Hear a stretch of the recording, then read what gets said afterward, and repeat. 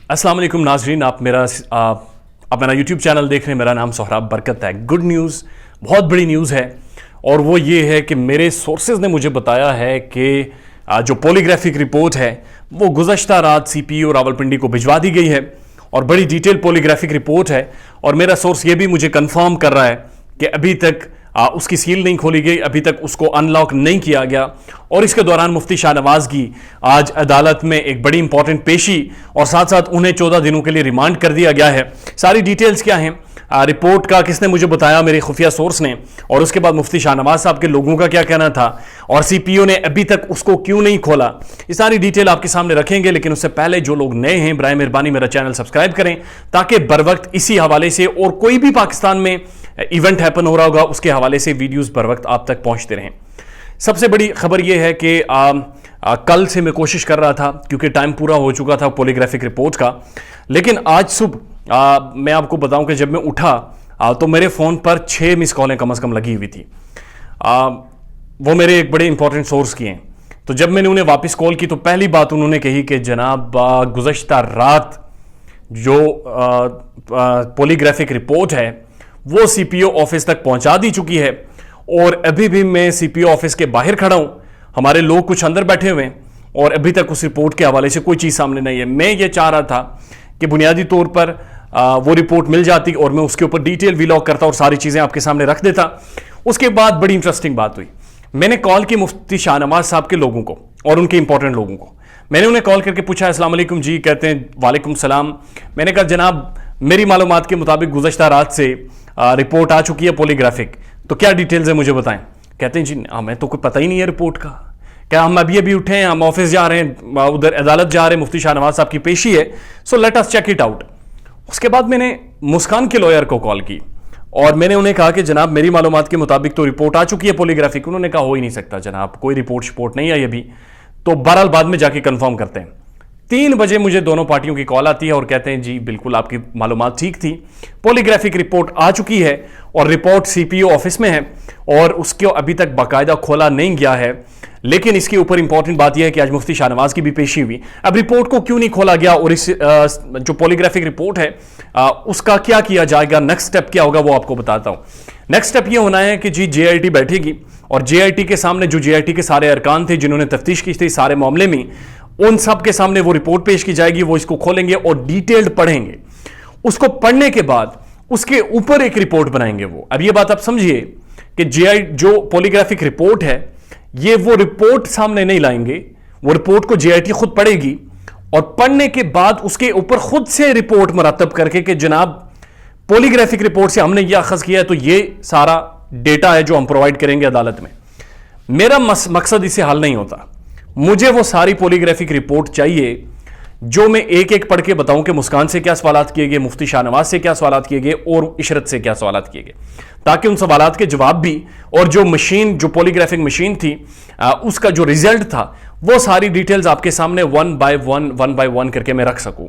इसलिए मैंने I put an effort और मैंने एक बंदे को भी भेजा खास तौर पर कि जनाब जाकर आप ये बात मेक श्योर करें कि जो जेआईटी रिपोर्ट मरतब करे वो तो खैर आपके साथ शेयर करेंगे ही करेंगे, लेकिन मुझे किसी भी तौर वो एग्जैक्ट पॉलीग्राफिक रिपोर्ट जो लैब से आई है, पंजाब लैब से, एग्जैक्ट वही रिपोर्ट मुझ तक पहुंचे ताकि मैं वो आपके सामने रखूं।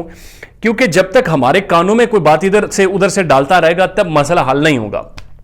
इस केस की समझ तभी आएगी जब वो डॉक्यूमेंट में आपके सामने रखकर स्क्रीन पर और एक एक वर्ड पढ़कर आपको समझाऊंगा, उसके बाद ही जाकर हमसे मुराद ये है कि मैं और मेरी ऑडियंस जो इस केस को शुरू से फॉलो कर रहे हैं, ताकि उसके बाद रिपोर्ट पहुंचे।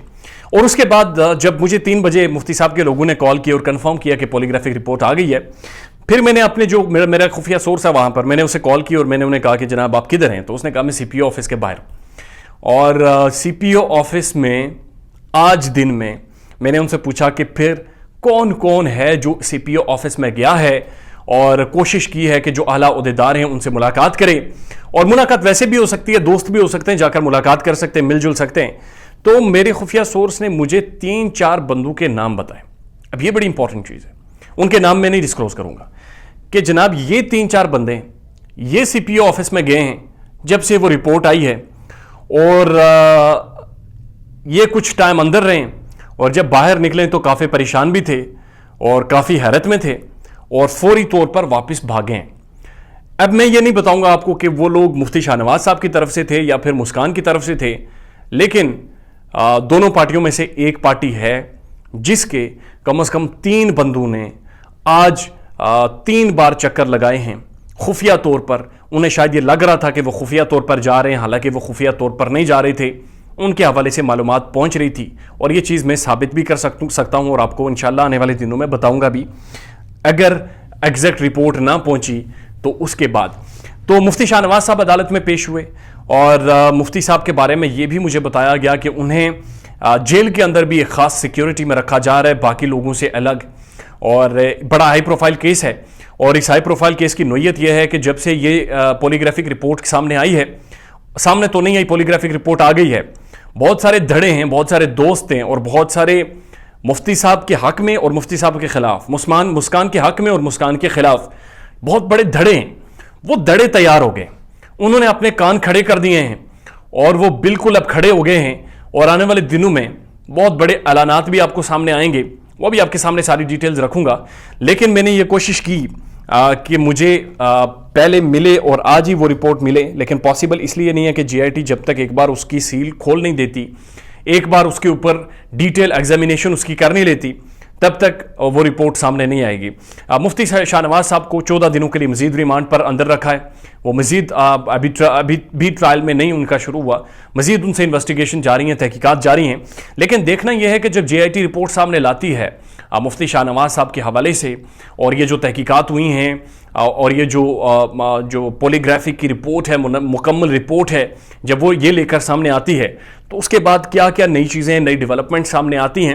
لیکن آج ایک تھرتھری مچی ہے اور میں آپ کو یہ یقین دلا رہا ہوں کہ میں نے کچھ لوگوں کو کال کیا اور جب میں نے انہیں صبح بتایا کہ جناب پولیگرافک رپورٹ پہنچ چکی ہے اور یہ گزشتہ شب پہنچی ہے، اور میں نے انہیں یہ بھی بتایا کہ وہ اس وقت کس آفس میں ہے اور اسے کب کھولا جائے گا اور اس کے بارے میں کب پڑھا جائے گا، آپ یقین کیجئے وہ ششدر رہ گئے، وہ حیران رہ گئے اور وہ پریشان رہ گئے.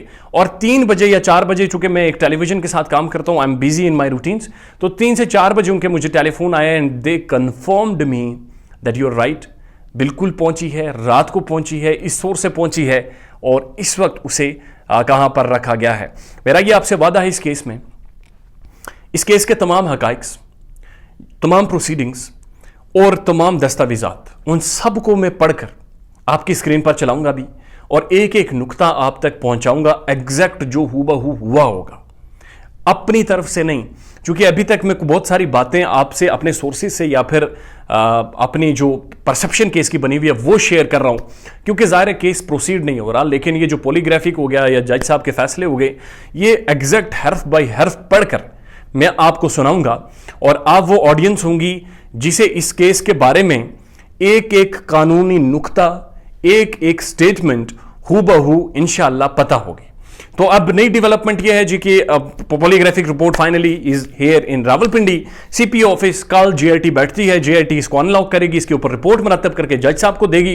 جج صاحب میں کال مفتی شاہ نواز ایمرجنسی، اور اس کے بعد جو بھی تحقیقات ہوں گی وہ میں آپ کے سامنے رکھ دوں گا. اپنا خیال رکھیے گا اور ہمارے چینل کا بھی. اللہ حافظ.